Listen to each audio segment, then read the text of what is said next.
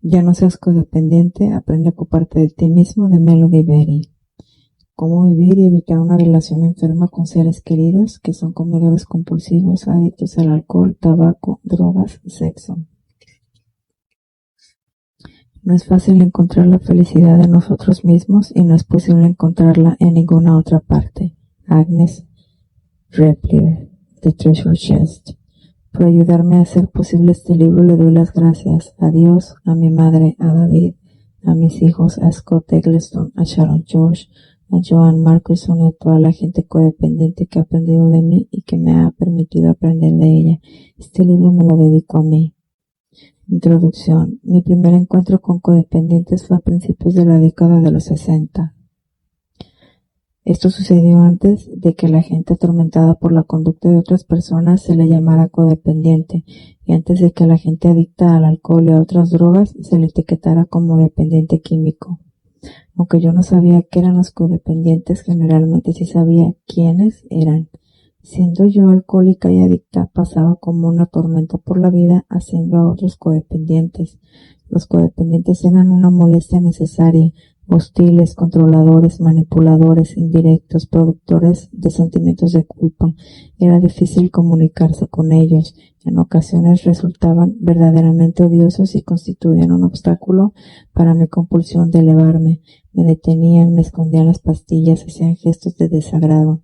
Me tiraban el alcohol por el fregadero, trataban de impedir que consiguiera más drogas, querían saber por qué les estaba haciendo esto a ellos y me preguntaban qué me pasaba, pero siempre estaban ahí listos para rescatarme de los desastres que yo me fabricaba. Los codependientes en mi vida no me entendían y yo tampoco los comprendía a ellos. Mi primer encuentro profesional con codependientes ocurrió años después, en 1976. Para ese entonces, en Minnesota, los adictos y alcohólicos se habían vuelto dependientes químicos. A sus familiares y amigos se les llamaban los otros significativos, y yo era una adicta y alcohólica en recuperación. En esa época trabajaba también como consejera en el campo de la dependencia química, esa vasta cadena de instituciones, programas y agencias que ayuda a que la gente con dependencias químicas se alivie. Como soy mujer y la mayoría de los otros significativos en ese tiempo eran también mujeres, y como tenía menos antigüedad de ninguno de mis compañeros de trabajo, quería hacerlo. Mi jefe en el centro de tratamiento de Minneapolis me pidió que organizara grupos de apoyo para las esposas de los adictos que estaban participando en el programa.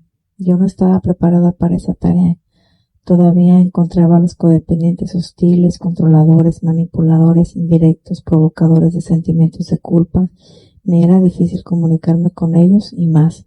En mi grupo vi a personas que se sentían responsables del mundo entero, pero que se rehusaban a asumir la responsabilidad para conducir y para vivir sus propias vidas.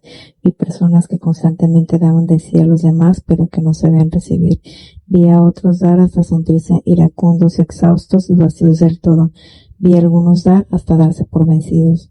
Llegué incluso a ver a una mujer dar y sufrir tanto que murió de vejez y por causas naturales a los 33 años.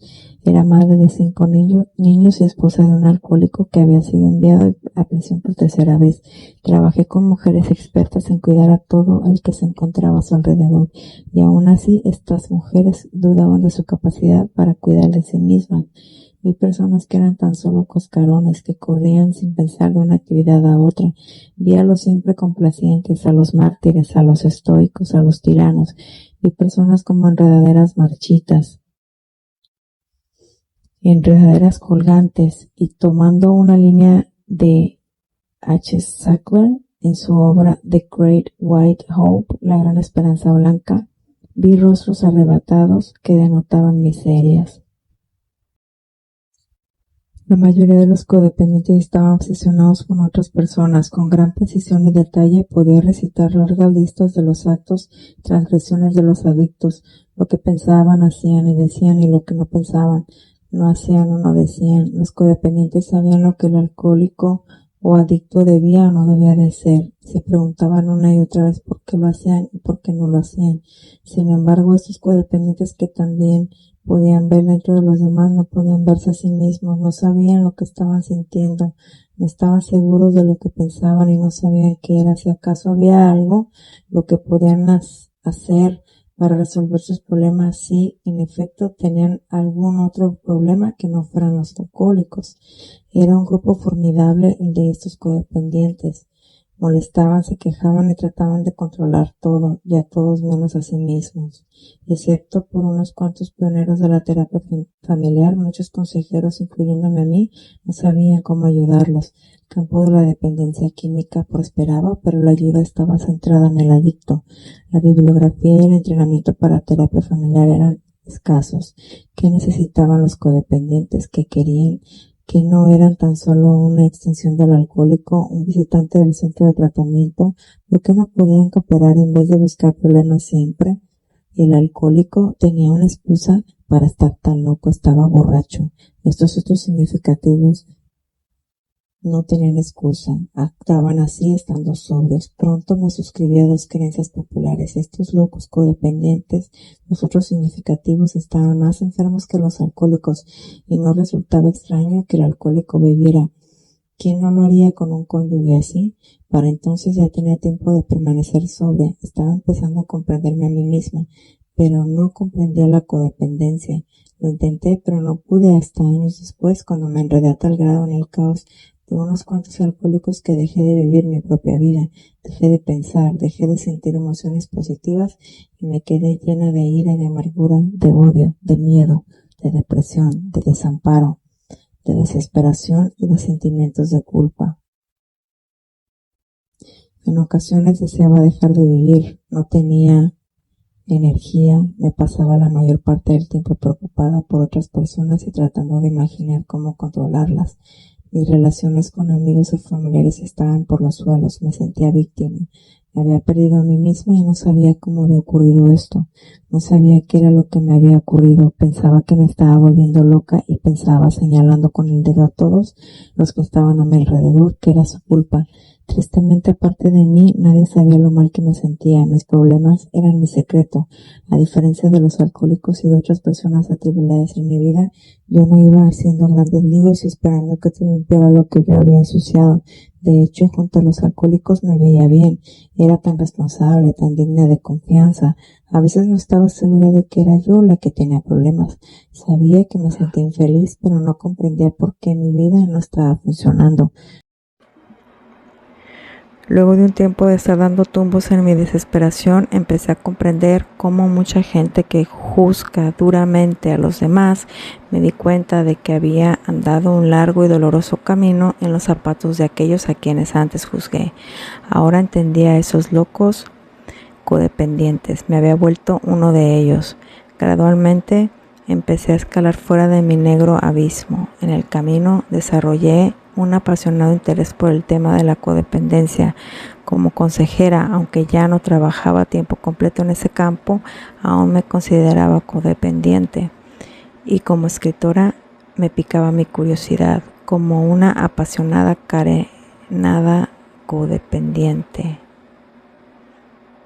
Frase tomada de un miembro de Al-Anon, que necesitaba ayuda, tenía también un interés personal en el tema. ¿Qué le pasa a la gente como yo?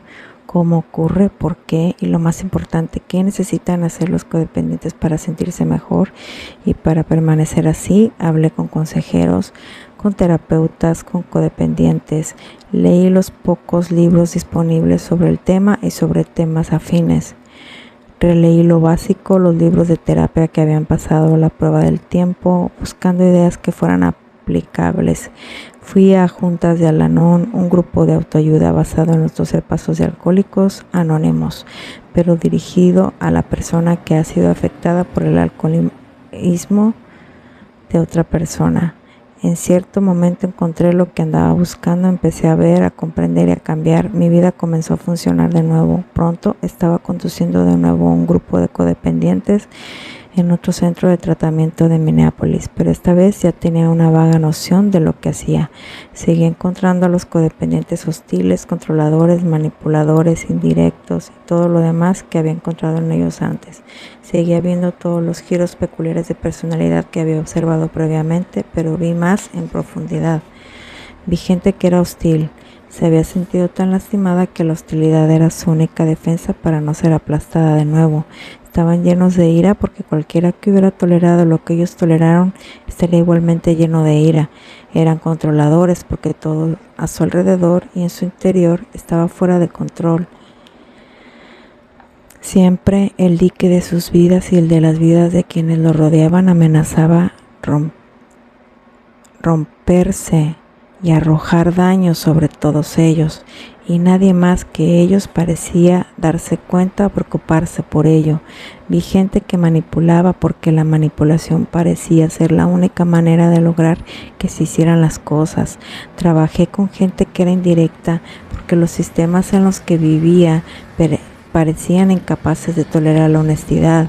Trabajé con personas que pensaban que se estaban volviendo locas porque habían creído tantas mentiras que ya no sabían cuál era la realidad. Vi gente que se había absorbido de tal manera en los problemas de otras personas que no tenían tiempo de identificar o de resolver los suyos. Eran personas que se habían preocupado tan profundamente y a menudo tan destructivamente por otras que habían olvidado ocuparse de sí mismas. Los codependientes se sentían responsables de tantas cosas porque la gente que se encontraba a su alrededor se sentía responsable de muy pocas. Tan solo estaban cargando con la negligencia de los demás. Vi personas lastimadas, confundidas, que necesitaban consuelo, comprensión e información. Y vi a las víctimas del alcoholismo que, sin beber, no por ello, eran menos víctimas del alcohol. Vi a las víctimas luchando desesperadamente por ganar algún tipo de poder sobre sus victimarios. Ellos aprendieron de mí y yo aprendí de ellos. Pronto empecé a abrazar algunas creencias nuevas sobre la codependencia.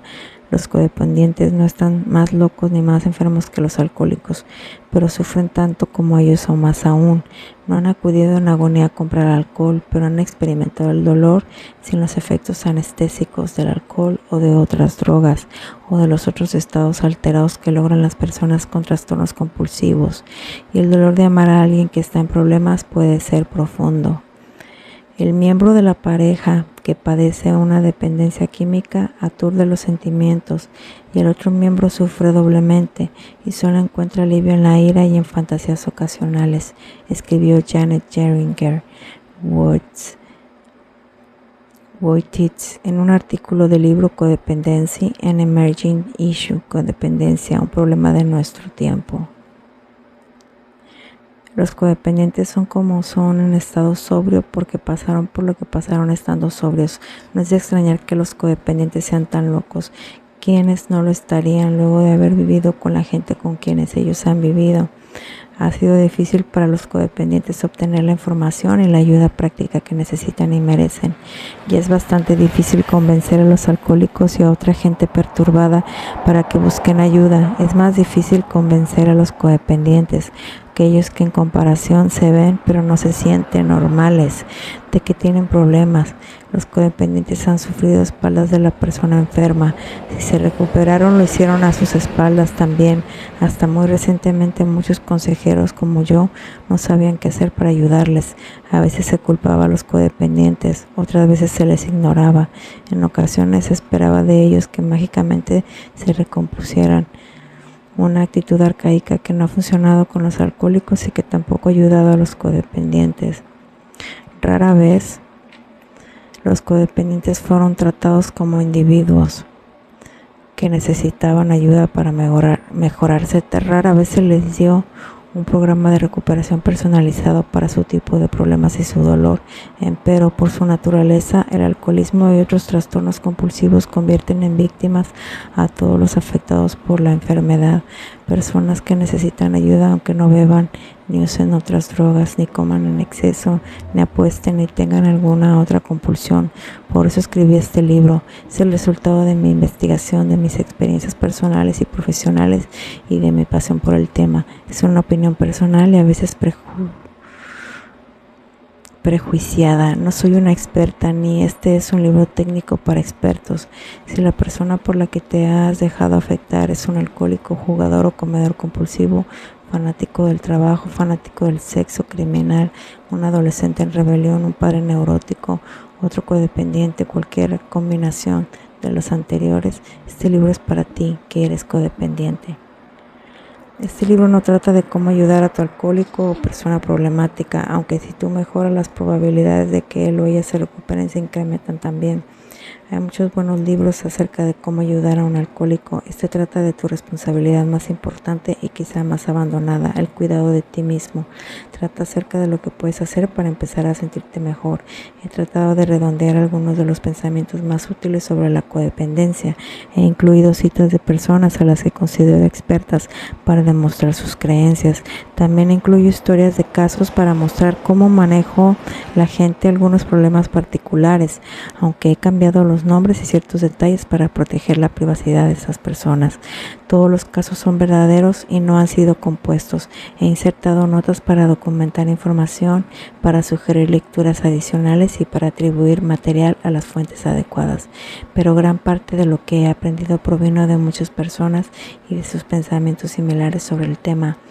Me han sido dadas muchas ideas de trasmano, de modo que sus fuentes se han vuelto indistinguibles. He tratado de atribuirlas con fidelidad, pero en este campo ello no siempre es posible.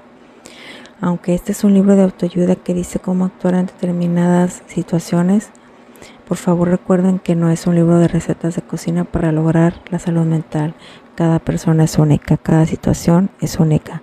Trata de seguir tu propio proceso de curación.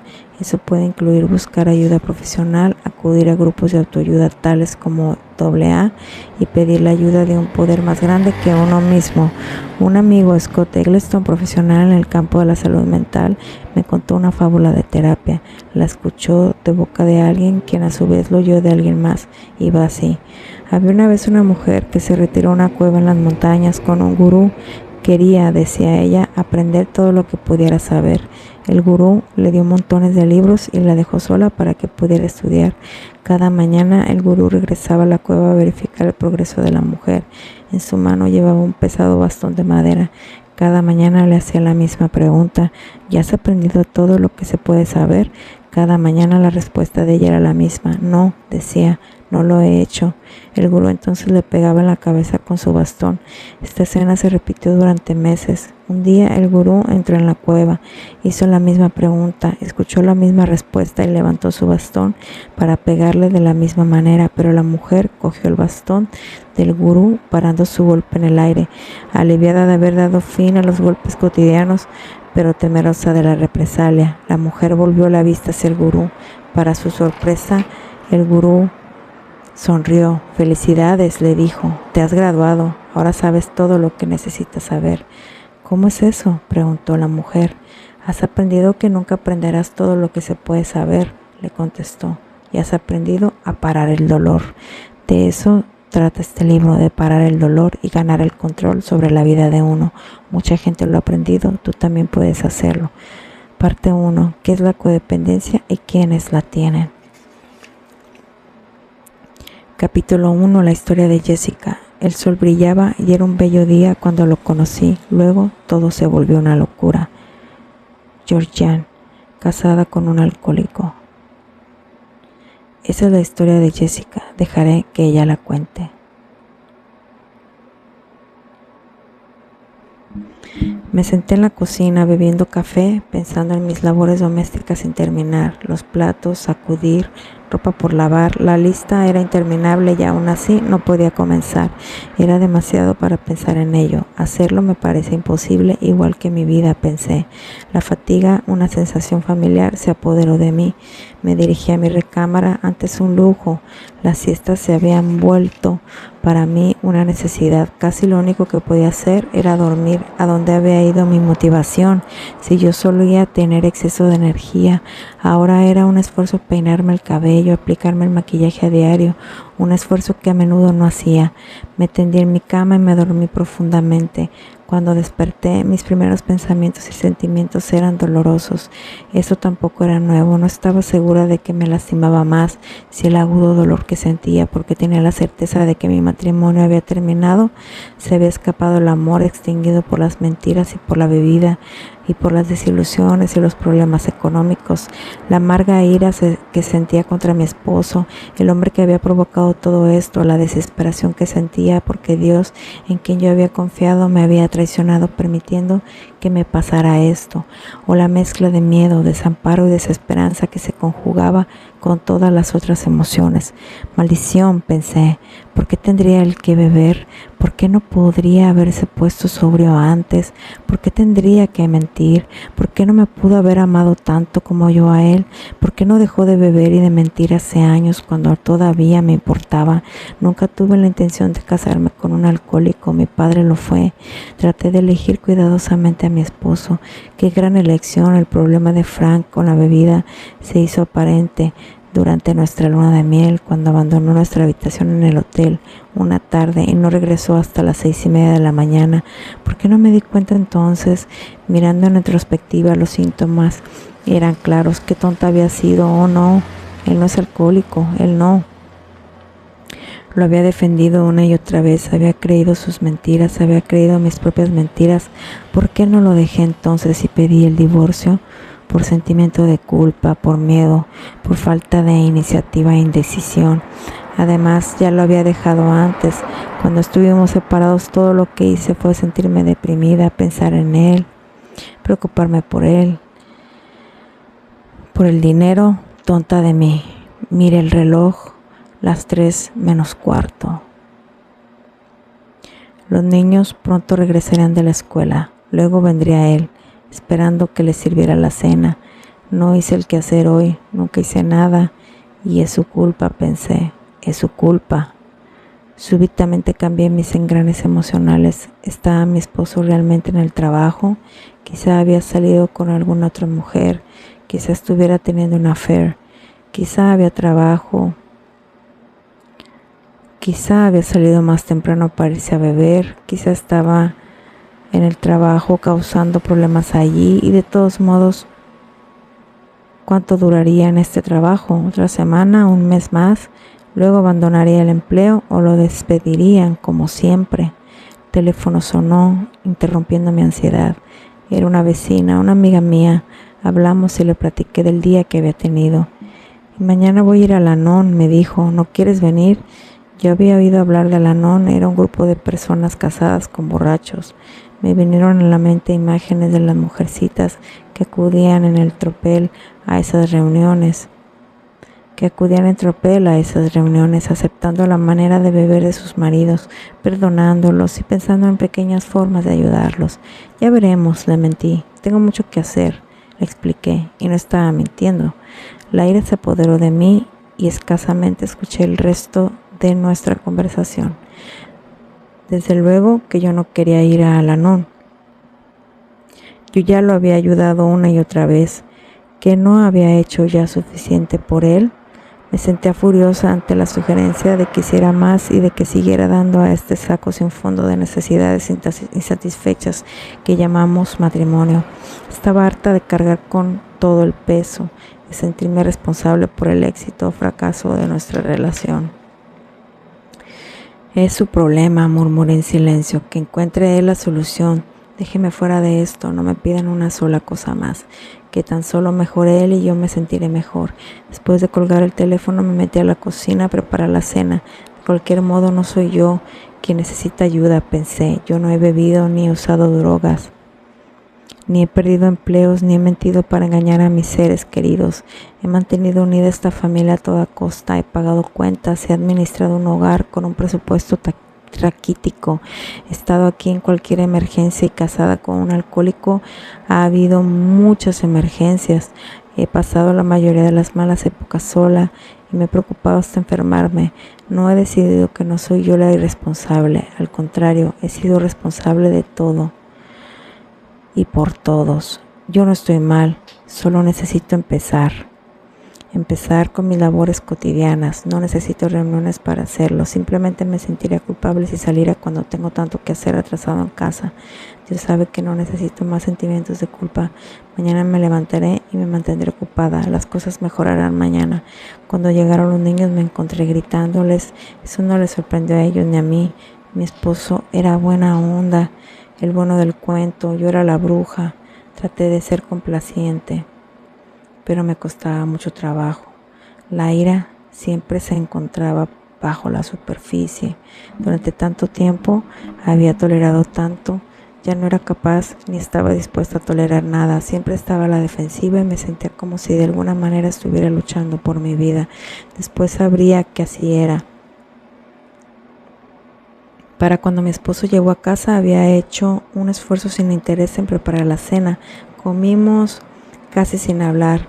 Tuve un buen día, dijo Frank. ¿Qué significa eso? Pensé. ¿Qué es lo que hiciste en realidad? ¿De veras llegaste siquiera a ir al trabajo? Y lo que es más, ¿a quién le importa? Qué bueno, le contesté. ¿Cómo te fue a ti? Me preguntó. ¿Cómo demonios crees que me fue? Murmuré en silencio. Después de todo lo que me has hecho, ¿cómo esperas que me vaya? Le eché una mirada de pistola, forcé una sonrisa y le dije, me fue bien, gracias por preguntarme. Frank me miró, había escuchado lo que yo no había dicho, más de lo que sí había dicho. Sabía que no debía decir nada más, yo también. Siempre estábamos a un paso de una violenta discusión, a un recuento de ofensas pasadas y a gritos amenazadores de divorcio. Solíamos embarcarnos en discusiones, pero nos llegaron a hartar, de modo que ahora reñíamos en silencio. Los niños interrumpieron nuestro hostil silencio. Nuestro hijo dijo que quería ir a un parque que se encontraba a varias calles de distancia. Le dije que no quería que fuera sin su padre o sin mí. Empezó a sollozar y a decir que quería ir, que iría, que yo nunca lo dejaba hacer nada. Le grité que no iba y punto. Me gritaba suplicándome, déjame ir. A todos los otros chicos los dejan ir. Como siempre me retracté. Muy bien, ve, pero ten cuidado, le advertí. Me sentí como si hubiera perdido. Siempre sentía que perdía con mis hijos y con mi esposo. Nadie me escuchaba, nadie me tomaba en serio. Yo no me tomaba en serio. Después de cenar me puse a lavar los platos mientras mi esposo miraba la televisión. Como siempre, yo trabajo y tú te diviertes. Yo me preocupo y tú descansas. A mí me importa lo que pasa y a ti no. Tú te sientes bien, yo sufro. Maldito seas. Caminé por la sala varias veces, bloqueándole a propósito la imagen de la televisión y enviándole secretamente miradas de odio. Me ignoraba. Cansada de esto, desfilé hacia la sala. Suspiré y dije que saldría a podar el pasto. En realidad eso es tarea de hombres, le dije, pero creo que lo tendré que hacer yo. Él dijo que lo haría más tarde. Le dije que nunca llegaba a ese más tarde, que no podía esperar, que ya me daba vergüenza ese pasto. Olvídalo, estoy acostumbrada a hacerlo todo y haré eso también. Él dijo, está bien, lo olvidaré. Me salí en un arrebato y caminé por el pasto. Cansada como estaba, me retiré temprano a la cama. Dormir al lado de mi esposo se había vuelto tan incómodo como nuestra vida durante la vigilia. Podíamos o bien permanecer callados, cada uno enroscándose en una orilla de la cama para estar lo más separados posible, o bien él intentando, como si todo estuviera bien, hacer el amor conmigo. Cualquiera de las dos cosas me causaba tensión. Si nos dábamos la espalda uno al otro, yo permanecía ahí confundida, desesperada. Si trataba de tocarme, me helaba. ¿Cómo podía esperar que quisiera hacer el amor con él? Generalmente lo apartaba de mí con un cortante, no estoy muy cansada. A veces accedía, de vez en cuando lo hacía porque se me antojaba, pero por regla general, si tenía vida sexual con él, era porque me sentía obligada a hacerme cargo de sus necesidades sexuales y me sentía culpable si no lo hacía. De cualquier manera, el sexo era insatisfactorio tanto emocional como psicológicamente para mí, pero me decía a mí misma, no me importa, de veras no me interesa. Ya hacía mucho tiempo que había dado carpetazo a mis deseos sexuales. Hacía mucho tiempo que había reprimido mi necesidad de dar y de recibir amor. Había congelado esa parte de mí misma que sentía. Lo había tenido que hacer para sobrevivir. Había esperado tanto de este matrimonio, tenía tantos sueños para nosotros dos. Ninguno de ellos me había vuelto Ninguno de ellos se había vuelto realidad, había sido engañada, traicionada, mi hogar y mi familia, el lugar y las personas que debían haber sido cálidos, un refugio, un consuelo, un abrigo de amor, se habían vuelto una trampa y no podía encontrar la salida. Tal vez me decía constantemente a mí misma, esto se mejorará. Después de todo, él tiene la culpa de los problemas, es un alcohólico. Cuando se alivie, nuestro matrimonio mejorará. Pero estaba yo empezando a elucubrar, ha estado sobrio y acudiendo a las juntas de Alcohólicos Anónimos durante 6 meses. Estaba mejorando, yo no. ¿Era realmente suficiente su recuperación para hacerme feliz? Hasta ahora su sobriedad no parecía estar provocando ningún cambio en la manera como yo me sentía, que era a los 32 años totalmente seca, usada y quebradiza. ¿Qué le había pasado a nuestro amor? ¿Qué me había pasado a mí? Un mes después comencé a sospechar lo que pronto sabría que era la verdad. Para entonces, el único cambio que se había dado era que yo me sentía peor. Mi vida estaba varada, quería que se acabara. No tenía esperanzas de que las cosas mejoraran. Ni siquiera sabía qué era lo que estaba mal. Mi vida no tenía ningún propósito, salvo el de cuidar de otras personas, y eso tampoco lo estaba haciendo bien. Estaba anclada en el pasado y aterrorizada del futuro. Dios parecía haberme abandonado, me sentía culpable todo el tiempo y pensaba si no estaría volviéndome loca. Algo espantoso, algo que no podía explicar, me había ocurrido, algo que había arruinado mi vida. De alguna manera yo había sido afectada por su forma de beber y las maneras en las que yo había sido afectada se habían vuelto más problemas. Y las maneras en las que yo había sido afectada se habían vuelto mis problemas. Ya no importaba de quién era la culpa, yo había perdido el control. Conocí a Jessica en esta etapa de su vida. Ella estaba a punto de aprender 3 ideas fundamentales. Que no estaba loca, era codependiente. El alcoholismo y otros trastornos compulsivos son verdaderas enfermedades familiares. La manera en que la enfermedad afecta a otros miembros de la familia se llama codependencia, que una vez que han sido afectados, una vez que ésta se asienta, la codependencia cobra vida propia. Es similar a pescar pulmonía o a tomar algún hábito destructivo. Una vez que te hiciste de él, ya lo hiciste. Si deseas deshacerte de ella, eres tú quien tiene que hacer algo para lograr que se vaya. No importa de quién sea la culpa, tu codependencia se convierte en un problema tuyo y resolver tus problemas es tu responsabilidad. Si eres codependiente, necesitas encontrar tu propio proceso curativo o de recuperación. Para empezar esa recuperación, es útil comprender qué es la codependencia y ciertas actitudes, sentimientos y conductas para entender qué podemos esperar mientras se está dando esos cambios. Este libro buscará ese entendimiento y alentará dichos cambios. Me alegra decir que la historia de Jessica tuvo un final feliz y un nuevo principio. Se mejoró, empezó a vivir su propia vida. Espero que tú también lo hagas.